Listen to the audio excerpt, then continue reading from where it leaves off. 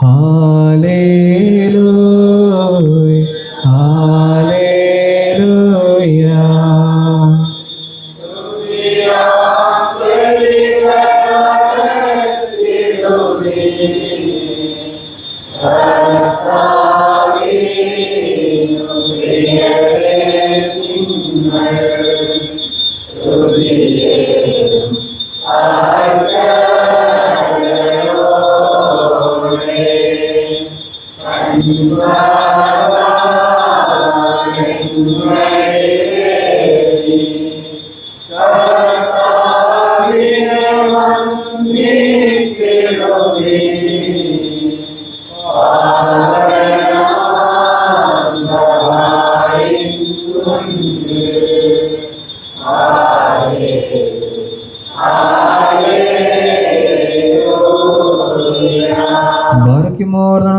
വായിക്കപ്പെടുന്ന കർത്താവേ മിശിഹായുടെ വിശുദ്ധ എവങ്കേലിയോനിലെ ദൈവത്തിന്റെ ജീവനുള്ള വചനങ്ങൾ ആദരവോടും ഭക്തിയോടും കൂടെ നാം ശ്രദ്ധിച്ചു കേൾക്കണം.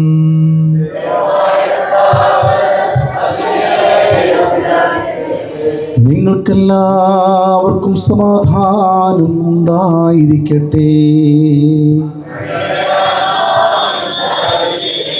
ജീവൻ നൽകുന്ന വചനമായ നമ്മുടെ കർത്താവേ മിശിഹായുടെ വിശുദ്ധ എവങ്കേലിയോൻ ലോകത്തിന് ജീവനും രക്ഷയും പ്രസംഗിച്ച വിശുദ്ധ മർക്കോസ് എഴുതിയ സുവിശേഷത്തിൽ നിന്ന്.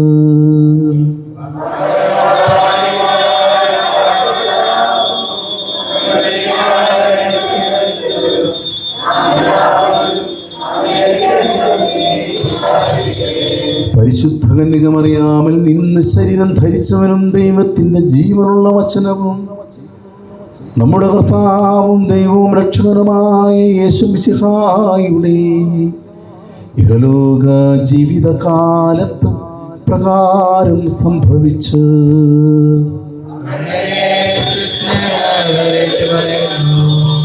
അത്തിമരത്തിൽ നിന്നും പഠിക്കുവിൻ, അതിൻ്റെ കൊമ്പുകൾ തളിർക്കുമ്പോൾ വേനൽക്കാലം അടുത്തിരിക്കുന്നു എന്ന് നിങ്ങൾക്ക് അറിയാം. അതുപോലെ തന്നെ ഈ കാര്യങ്ങൾ സംഭവിക്കുന്നത് കാണുമ്പോൾ അവൻ സമീപത്ത് വാതിൽക്കൽ എത്തിയിരിക്കുന്നുവെന്ന് ഗ്രഹിച്ചു കൊള്ളുക.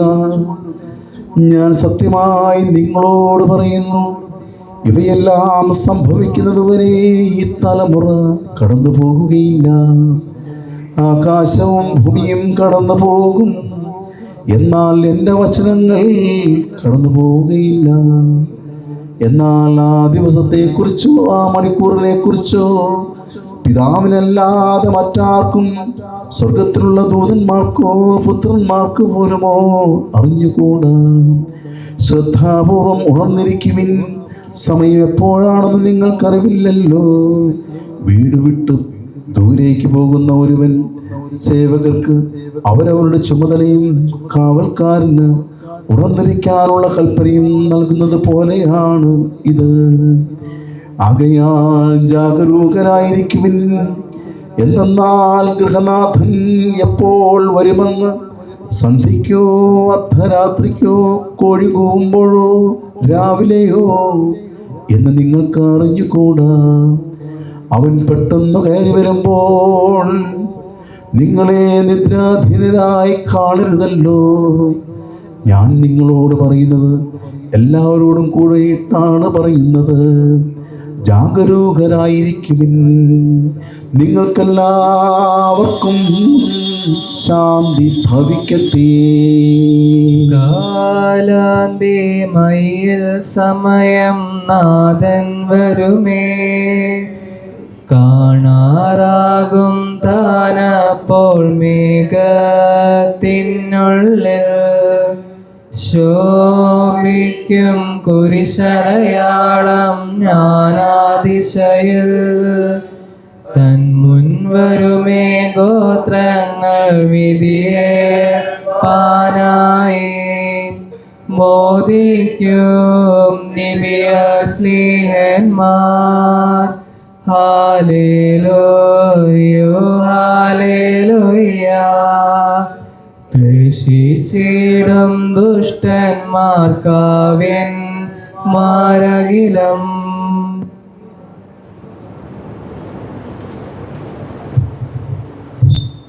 പിതാവിൻ്റെയും പുത്രൻ്റെയും പരിശുദ്ധാത്മാവിൻ്റെയും നാമത്തിൽ ആമീൻ. കർത്താവിനാൽ അനുഗ്രഹിക്കപ്പെട്ടവരെ, പരിശുദ്ധമായ ശ്ലീബ പെരുന്നാളിന് ശേഷമുള്ള ഈ ഒന്നാമത്തെ ഞായറാഴ്ച സഭയേറെ സന്തോഷത്തോടെ നമുക്ക് നൽകിയ തിരുവചന ഭാഗം പരിശുദ്ധനായ മർക്കോസ് എഴുതിയ സുവിശേഷം 13-ാം അധ്യായത്തിൽ 28 മുതൽ 37 വരെയുള്ള തിരുവചനങ്ങളാണ്. ആർക്കും മനസ്സിലാകും വിധം വളരെ ലളിതമായി സരളമായി വിവരിച്ചിരിക്കുന്ന ഈ വിശുദ്ധ സുവിശേഷ ഭാഗം വളരെ ശ്രദ്ധയോടെ നമുക്ക് ഗ്രഹിക്കാൻ ശ്രമിക്കാം. കർത്താവ് യേശു മിശിഹ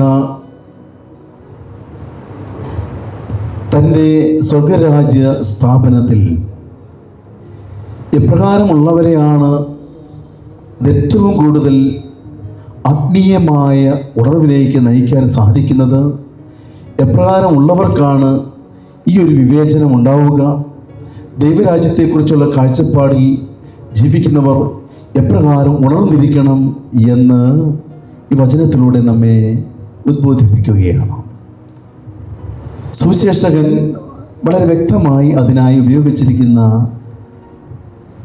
സാദൃശ്യം അത്തിമരത്തെ കാണിച്ചുകൊണ്ടാണ്. അത്തിമരം തളിർക്കുമ്പോൾ വേനൽക്കാലം അടുത്തിരിക്കുന്നു എന്ന് എല്ലാവർക്കും ബോധ്യമാകുമല്ലോ.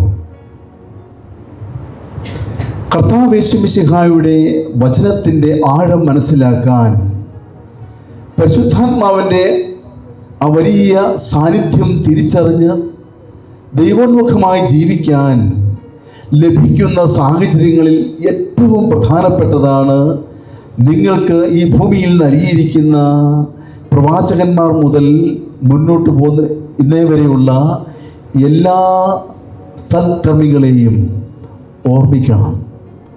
അവരിലൂടെ ദൈവം നമുക്ക് വെളിപ്പെടുത്തി തന്നിട്ടുള്ള എല്ലാ നല്ല കാര്യങ്ങളെയും ജീവിതത്തിലേക്ക് സ്വാംശീകരിക്കുന്നത് എപ്പോഴും നമുക്ക് ഉചിതവും ഏറെ ദൈവികമായ പദ്ധതിയുടെ ഭാഗവുമായി കാണുവാൻ സാധിക്കണം എന്ന്.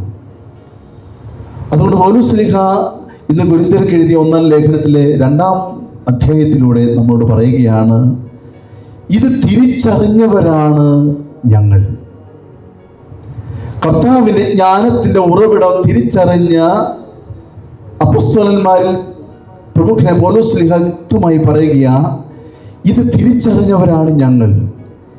ദൈവത്തിൻ്റെ ജ്ഞാനം പൂർണ്ണമായും ഉൾക്കൊണ്ടുകൊണ്ട് ഏതാണ് നല്ലത് ഏതാണ് തെറ്റ് എന്ന് പറഞ്ഞു കൊടുക്കാൻ വളരെയധികം ആധികാരികമായി ദൈവഹിതത്താൽ പ്രേരിതരായ ആ ശുശ്രൂഷയിൽ പങ്കെടുക്കുന്ന പൗലോസായ ആ അപ്പോസ്തലൻ നമ്മെ പഠിപ്പിക്കുന്നു. ഇപ്രകാരം ആത്മീയമായി ഉണർവുള്ളവരായി ജീവിക്കാൻ നിങ്ങളെ ഇത് സഹായിക്കട്ടെ. ഓരോ പ്രബോധനവും ഓരോ ഉദ്ബോധനവും ഓരോ ഉപദേശവും നിങ്ങൾക്ക് ഉൾക്കാഴ്ചയുള്ളതാക്കി മാറ്റണം. അത് ശമൂവേൽ പ്രവാചകൻ മുതൽ ഇന്നേ വരെയുള്ള എല്ലാവരും ദൈവത്തിൻ്റെ പദ്ധതിക്കനുസരിച്ച് വിഭാവനം ചെയ്ത് പ്രവചിച്ചപ്പോൾ അതിനെ ഉൾക്കൊണ്ടവരൊക്കെ നന്നായി ദൈവാനുഗ്രഹം കൊണ്ട് നിറഞ്ഞു.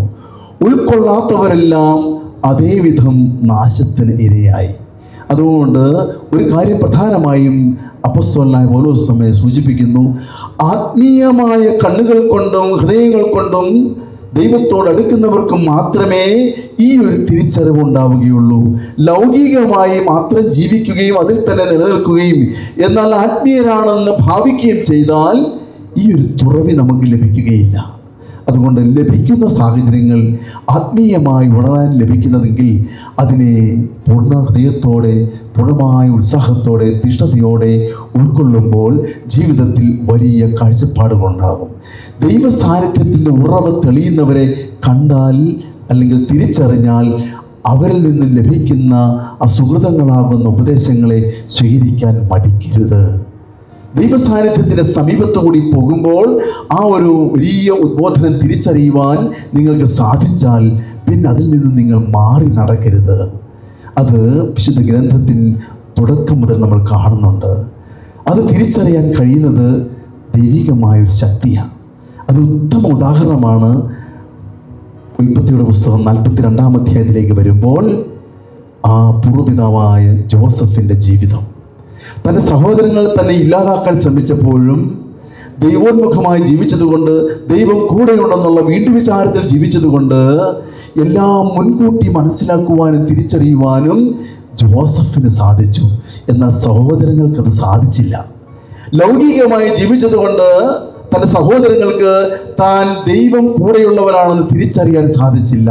എന്നാൽ ജോസഫിന് ദൈവവിചാരം ഉള്ളിലുണ്ടായിരുന്നത് കൊണ്ടും ദൈവം കൂടെ ഉണ്ടായിരുന്നത് കൊണ്ടും ദൂരെ നിന്ന് തന്നെ തൻ്റെ സ്നേഹിതനായ സഹോദരങ്ങളെ കണ്ടപ്പോൾ ഇതെൻ്റെ രക്തബന്ധമാണെന്ന് തിരിച്ചറിയുവാനും അവർക്ക് കൃത്യമായ നിർദ്ദേശങ്ങൾ കൊടുക്കുവാനും ജോസഫിന് സാധിക്കുന്നു. പിന്നീട് നമ്മൾ കടന്നു വരുമ്പോൾ ദാനിയേലിൻ്റെ പുസ്തകത്തിൽ ഇത് മനോഹരമായി 4-ാം അധ്യായത്തിൽ മറ്റൊരു ദർശനം കാണിച്ചു തരുന്നുണ്ട്. ദാനിയേലിനെ സ്വപ്നം വ്യാഖ്യാനിക്കാൻ നബൂഖദ്നേസർ രാജാവ് വിളിച്ച് അരികിലേക്ക് അടുപ്പിക്കുന്നുണ്ട്. ഒരുപാട് മന്ത്രവാദികളെയും ഒരുപാട് ആഭിചാര കർമ്മം നടത്തുന്നവരെയും ഒക്കെ വിളിച്ച് തൻ്റെ സ്വപ്നം വ്യാഖ്യാനിച്ച് തരണമെന്ന് അവരോട് ചോദിച്ചപ്പോൾ, അവരോട് പറഞ്ഞപ്പോൾ അവർക്ക് സാധിച്ചില്ല. അവർ അവരുടേതായ എല്ലാ കഴിവും പ്രയോഗിച്ചു. പക്ഷേ രാജാവിൻ്റെ സ്വപ്നത്തിന് കൃത്യമായ നിർവചനം കൊടുക്കുവാൻ അവർക്ക് കഴിഞ്ഞില്ല. എന്നാൽ ദൈവവിചാരം ഉള്ളിലുള്ളവനും ദൈവത്തിൻ്റെ കൂടെ ആയിരിക്കുന്നുവെന്ന് ബോധ്യമുള്ളവനും ദൈവം കൂടെ വസിക്കുന്നുവെന്ന് വിശ്വസിച്ചവനുമായ ദാനിയേലിനെ രാജാവ് ഈ സ്വപ്നം വിവരിച്ചു കൊടുത്തപ്പോൾ കൃത്യമായും അതിൻ്റെ ദർശനം വെളിപ്പെടുത്തി കൊടുത്തു. ദൈവവിചാരമുള്ളവൻ എവിടെയാണെങ്കിലും അത് കണ്ടറിഞ്ഞാൽ പിന്നെ ആ കൂട്ടത്തിൽ നിന്ന് മാറി നടക്കരുത്. അതുകൊണ്ട് പ്രിയപ്പെട്ട മക്കളെ, നമ്മുടെ ജീവിതത്തിൽ തെറ്റും ശരിയും തിരിച്ചറിയാൻ ദൈവം ഒരു വീണ്ടും വിചാരം തന്നാൽ ആ വീണ്ടും വിചാരത്തെ നമ്മുടെ ജീവിതത്തിൻ്റെ ഭാഗമാക്കി മാറ്റണം. ആര് തന്നെ ആയാലും, തന്നേക്കാൾ ശ്രേഷ്ഠരെന്നോ യോഗ്യരെന്നോ തന്നേക്കാൾ പ്രമുഖരെന്നോ കരുതുന്ന വ്യക്തികൾ നമുക്ക് നല്ലത് കാണിച്ചു തന്നാൽ, നല്ലത് പറഞ്ഞു തന്നാൽ അത് സ്പോഞ്ച് വെള്ളം വലിച്ചെടുക്കുന്നത് പോലെ വലിച്ചെടുക്കാൻ സാധിക്കണം, ഉൾക്കൊള്ളാൻ സാധിക്കണം. അതിനെ വിമർശനാത്മകമായി കാണരുത്, അതിനെ മാറ്റി നിർത്തരുത്, അതിനെ വെള്ളം ഒഴിച്ചു കളയുന്നത് പോലെ തള്ളിക്കളഞ്ഞില്ല, ഒഴിവാക്കി കളയരുത്. അതിനെ സ്വാംശീകരിക്കണം. അങ്ങനെ സ്വാംശീകരിക്കുന്നവർക്ക് ദൈവത്തിൻ്റെ കൃപയൊഴുകുന്ന ചാല് വ്യക്തമാകും. ഏതാണ് ശരിയെന്ന് തിരിച്ചറിയാനുള്ള കൃപ ലഭിക്കും. അതിനെ ഉൾക്കൊള്ളാനുള്ള സംയമനം ഉണ്ടാകും. അതുകൊണ്ടാണ് ഹോസിയ പ്രവാചകൻ 5-ാം അധ്യായത്തിൽ 1 മുതലുള്ള വാക്യങ്ങളിൽ പറഞ്ഞു തരുന്നത്, ദൈവത്തെ അനുസരിച്ച് ദൈവവചനം പകർന്നു തരുന്നവരെ ഉൾക്കൊണ്ടുകൊണ്ട് നടന്നാൽ നീ പാപത്തിൽ വീഴില്ല. നീ ലേശവും പാപം ഏൽക്കാത്ത വിധം നിന്നെ സംരക്ഷിക്കാൻ ദൈവം അവിടുത്തെ ദൂതന്മാരെ തന്നെ നിനക്ക് ക്രമീകരിച്ചു തരും. നീ ദൈവത്തെ കേൾക്കുന്നില്ലെങ്കിൽ, അതായത് ദൈവോന്മുഖമായി ജീവിക്കുന്നവർ പറഞ്ഞു തരുന്നത് നീ കേൾക്കുന്നില്ലെങ്കിൽ, അവർ പറയുന്ന വഴിയെ നീ പോയില്ലെങ്കിൽ നീ പാപത്തിനടിമയാകും, തെറ്റിൽ വീഴും, നിന്നെ ആർക്കും നിയന്ത്രിക്കാൻ പറ്റാത്തവനായി മാറും. അങ്ങനെയാണെങ്കിലോ നിന്റെ ജീവിതം എന്നും ദുരിതപൂർണമാകും. നിനക്ക് തെറ്റ് ശരിയെ പറഞ്ഞു തരാൻ ആരുമില്ലാതെ വരും. എല്ലാത്തിൻ്റെയും വിധികർത്താവ് നീ തന്നെയായി മാറും. അങ്ങനെ നീ തന്നെ ഉത്തരവും നീ തന്നെ ചോദ്യവും കണ്ടെത്തി നീ പടുകുഴിയിൽ വീഴും. അതുകൊണ്ട് ഇന്നത്തെ വചനത്തിൻ്റെ അർത്ഥം ജാഗരൂകരായിരിക്കുക. എപ്പോഴാണ് ദൈവം നിന്നോട് സംസാരിക്കുന്നതെന്ന് നിനക്ക് അറിവില്ലാത്തത് കൊണ്ട് സദാസമയം ദൈവോന്മുഖമായി ജീവിക്കാനുള്ള പ്രേരണയുള്ളവരായി മാറണം.